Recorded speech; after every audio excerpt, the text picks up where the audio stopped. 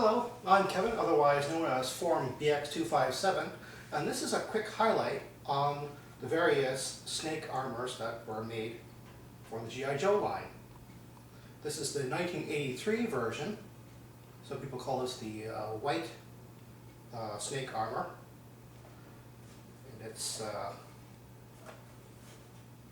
8-piece battle suit, as you can see, and it's made to fit the 3 3/4 inch figures right inside.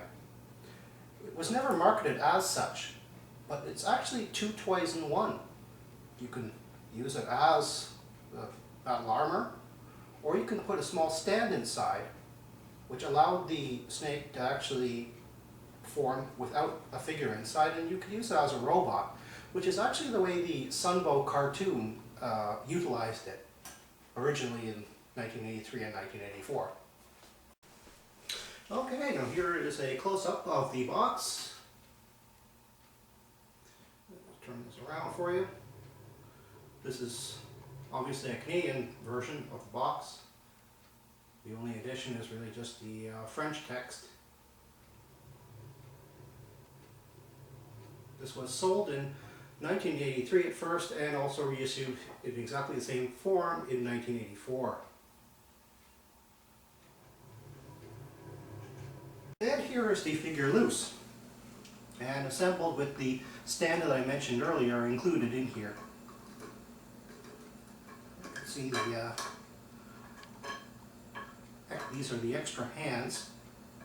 Now this came with little pegs here, which aren't mentioned on the box, and they aren't mentioned on the instructions. I just saw this being stored like this somewhere, and I picked it up as being a fairly good idea. Has rather limited articulation, obviously. And let's just split this open into its 8 component parts.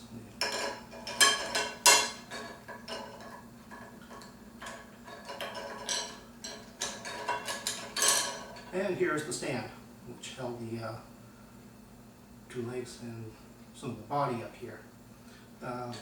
I guess some collectors might consider the snake armor to be complete without the stand. I guess you don't really need it. You actually could put this together as long as you don't fiddle around with it. I'm going to put the figure in, and contrary to popular belief, the leg components and even the arm components are individual. There is a left and a right to everything. Again, it doesn't say so in the instructions, but if you're going to use a swivel arm figure, I'm going to use this particular figure because it's the one that's being shown in the on the box. It doesn't say so, but you do have to actually push the arms a bit back so it doesn't hang out of the body. Just put the legs on first, front and back. Oops, doing it wrong.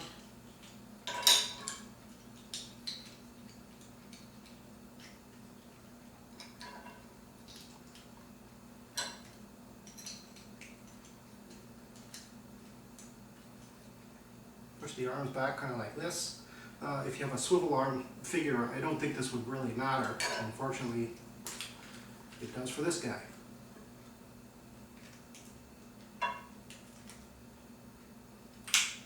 This is kind of what he looks like, half formed. And you just right over it. Like so, and you're done. It looks exactly the same way as it does with this stand in. And here is a close-up of the box for the 1985 variant.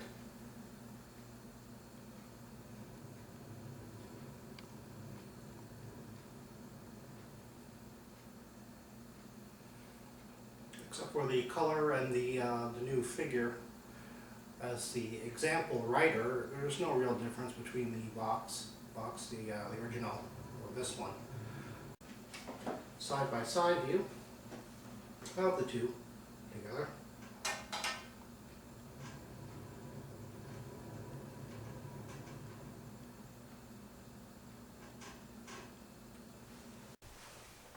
Okay, and here is the blue snake armor.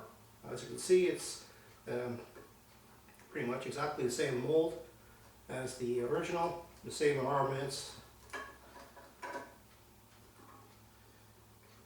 As a matter of fact, the armaments are actually the same color, so if you're actually missing one from here, you don't have to find a specific armament arm for this. You can just get one from the original, which are more plentiful, and you just snap them on here. Actually, I don't have the stickers. This is what the sticker sheet looks like, and this is the same sticker sheet for the blue armor and white armor. Because they're black and dark red, they don't actually show up very well anyway. And I apologize for the lighting, but this seems like a very dark figure, but it is dark blue. Now, I don't usually buy modern G.I. Joes, but when I saw this, I just had to get it. It's the Rise of Cobra, Viper Commando with Serpent Armor. No, I didn't buy this online. I bought this locally in Canada, in Southern Ontario, at a Zellers. This is Canada's version of what I believe in the United States is a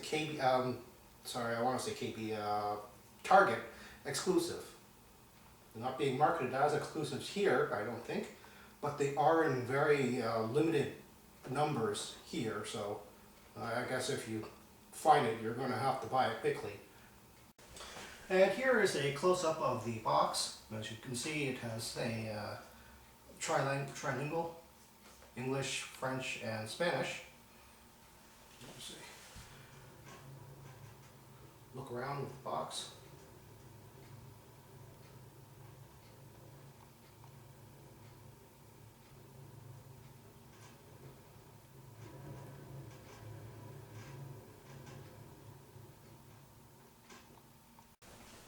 And here is the snake armor out of the package. The package came with a Viper, a rather menacing looking figure, which has a backpack which could store the two large rifles. You see, it comes with this stand, which actually is a gripe among some collectors that the deluxe figures or the small vehicles with the figures don't come with the stands, and this line actually does.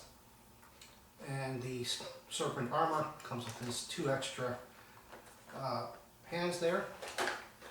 Rather surprised that all the armaments are the same as the originals, and it even came with a stand that's exactly the same as the original.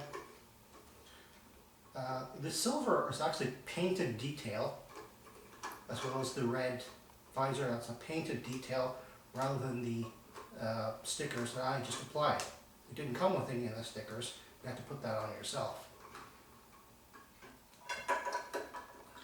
And here's the other figures just for comparison.